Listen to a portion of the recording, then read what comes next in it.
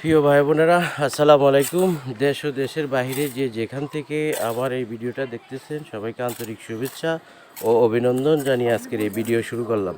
বন্ধুরা, আমি আছি আজকে আমার নিজ গ্রাম রাজশাহী গোদাগাড়ি জেলা, আমার প্রেমতলী এলাকায় একটা মসজিদ নির্মাণ হচ্ছে। আপনারা দেখতে পাচ্ছেন মসজিদটা অনেক আগেই ছিল এখানে। তো মসজিদের এমন পরিস্থিতি হয়েছে যে মসজিদে নামাজ পড়ার মতো কোনো অবস্থা ছিল না। তো এখন নতুন করে মসজিদ নির্মাণ করার উদ্যোগ নিয়েছে আমাদের এলাকাবাসী।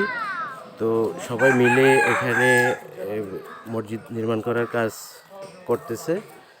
তো বন্ধুরা, আপনারা যে প্রবাস থেকে, আমি বিগত দিনও দেখে আসছি যে প্রবাসী ভাইয়েরা সবসময় সবার পাশে দাঁড়ায়, বিপদগামী মানুষের পাশে দাঁড়ায়, তারপরে মসজিদ নির্মাণের পাশে দাঁড়ায়। তো আমি সকল ভাইদেরকে অনুরোধ করব যে আমার নিজ এলাকায় মসজিদ নির্মাণ করা হচ্ছে। এখানে মসজিদটা দেখতেছেন বন্ধুরা, অনেক সুন্দরভাবে করা হচ্ছে মসজিদ। তো আমি এখন বেশি কথা না বাড়িয়ে আমার এলাকার যে মসজিদ নির্মাণকারী এবং সভাপতি, সেক্রেটারি, ক্যাশিয়ার ওনারা আছেন, ওনাদের সাথে একটু কথা বলবো। আসসালামু আলাইকুম। রাজশাহী জেলার অন্তর্গত গোদাগাড়ি থানার হরিণমিশকা পশ্চিমপাড়া জামে মসজিদের সাধারণ সম্পাদক আমি বলছি। আমাদের এই মসজিদটা 1976 সালে নির্মিত হয়। মসজিদটা 1976 সালের সামান্য কিছু খড় দিয়ে তৈরি করা ছিল। তারপর আস্তে আস্তে আমাদের পূর্ব জন্মে যারা ময়বর্বী ছিল তারা কিছু ইট দিয়ে ঘেরেছিল। তারপরে এই মসজিদটা এখন নামাজের প্রায় অনুপযুক্ত হয়ে গেছিলো। বৃষ্টি হলে পানি ঢুকে যেত, উপর দিয়ে ছাদের খুলে যেত। রাস্তার পাশে যেহেতু ল্যাটা জমি ছিল, আমাদের মসজিদটা অনেকটা ল্যাটা ছিল। এ কারণে আমাদেরকে এখন আমরা গ্রামবাসী অনেকে সবাই মিলে পরিকল্পনা করি যে মসজিদটা নামাজ পড়ার উপযুক্ত করার জন্য ভাঙতে হয়েছে। তাই ভেঙে আমরা, যেহেতু আমাদের অঞ্চলটা অত্যন্ত গরিব অঞ্চল, সেহেতু আমাদের এই মসজিদটা এখন নির্মাণের জন্য আমরা সেরকম সাধ্যমতো আমার গ্রামবাসীর কাছে যে যতটুকু পেরে সহযোগিতা করার পরে আমরা আপাতত নিষ্ঠুকু করেছি। এখন আপনারা যারা আমাদের এই কথাগুলো শুনছেন, তাদের প্রতি আমার বিনীত আবেদন যে আমাদের এই মসজিদের জন্য আপনারা যে যেভাবে পারেন সহযোগিতা করেন। যেহেতু এর মসজিদ আল্লাহর ঘর, আপনারা যদি সহযোগিতা করেন ইনশাল্লাহ এটা বৃথা যাবে না, আমাদের মসজিদটা নির্মাণ হয়ে যাবে। আমাদের আপাতত 4 তলা ফাউন্ডেশন আমরা করেছি, এই কারণ যে আমরা 2 তলা মসজিদ করব। আর উপরে আল্লাহ যদি করাই তাহলে আমরা ভবিষ্যতে মাদ্রাসা করে পরিকল্পনা করেছি। আচ্ছা, জি ইনশাল্লাহ। আপনি তো মসজিদের সেক্রেটারি। জি, আমি। আচ্ছা, আমি বিশেষ করে প্রবাসী ভাইদেরকে বলতে চাচ্ছি, আপনারা কি একটু প্রবাসী ভাইদেরকে বলবেন? কারণ প্রবাসী ভাইদের জন্য আমার শুভেচ্ছা এবং সালাম কমিটির পক্ষ থেকে। আসসালামু আলাইকুম। আপনারা আমাদের দেশের জন্য অনেক রেমিটেন্স পাঠান, আমাদের মসজিদের জন্য আপনারা যদি কেউ পারেন কিছু পাঠায়েন, তাহলে আমরা বেশ উপকৃত হব। এর জন্য আমাদের প্রবাসীর জন্য ভাই অকুল আবেদন করছেন। ইনশাল্লাহ, আপনাকে ধন্যবাদ। আমি একটু কাজের নির্মাণের যে কাজ চলতেছে প্রক্রিয়া, সেই কাজগুলো একটু দেখাচ্ছি ঘুরে ঘুরে, ঠিক আছে? আমি আর একটু কথা বলতে চাচ্ছিলাম যে এখানে যে মসজিদের যে ক্যাশিয়ার, আপনি কি ক্যাশিয়ার? জি জি। আপনার নামটা একটু বলেন। সালাম। আমার নাম মোহাম্মদ সাদিকুল ইসলাম, ডাকনাম শাহিন। আমি বিগত প্রবাসী ছিলাম, এখন বর্তমান দেশে আছি আমি। আমাদের মসজিদটা পুনর্নির্মাণ এই কারণে চলছে, আমাদের বৃষ্টির পানিতে মসজিদটা নামাজের অউপযোগী হতো।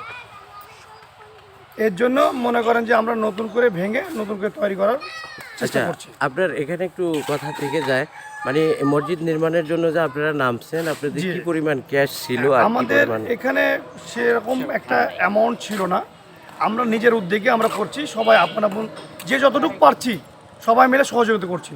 সহযোগিতা আমরা মসজিদটা এখন পর্যন্ত নির্মাণ কাজ চালিয়ে যাচ্ছি আমরা।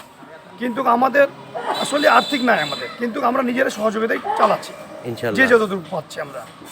এর জন্য বলছি যে প্রবাসীরা যদি ভালো মতন দিতে চায় তাহলে সবচেয়ে সহজ সুবিধা হবে। সহযোগিতা চাচ্ছেন বিশেষ করে প্রবাসী ভাইদের, কারণ প্রবাসী ভাইরাই সবসময় সবার পাশে দাঁড়ায়। প্রবাসে যখন ছিলাম তখন আমাদের কেউ যদি বলতো যে আমাদের এলাকায় একটা মসজিদ হবে, তখন আমরা দান করতাম। কি জন্য দিতাম? যে সহযোগিতা করতাম। যে আমাদের কাছে তখন কিন্তু 500-1000 টাকা মনে হতো না। হ্যাঁ, এখন মনে হচ্ছে যে আমাদের কাছে 500 টাকা কত ভারী। জি, এর জন্য বলছি যে প্রবাসীরা যদি একটু হাত বাড়ায় সবচেয়ে উত্তম হবে। জি ইনশাল্লাহ, আপনাকে ধন্যবাদ। আমি আবার একটু আরেকদিকে যেতে চাই। এটা আমার সভাপতি, যে এই যে আমাদের, আসসালামু আলাইকুম, আমাদের সভাপতি সাহেব মসজিদের। আমি পশ্চিম পাড়ার জামে মসজিদের সভাপতি। আমাদের অতি পুরাতন মসজিদ, এই মসজিদটা আমরা পুনর্নির্মাণের জন্য ভাঙ্গা নতুনভাবে তৈরি করতেছি। তো এই আলোকে আমি এলাকাবাসী বা প্রবাসীর কাছ থেকে আমি অনুদানের জন্য একটু আবেদন করতেছি।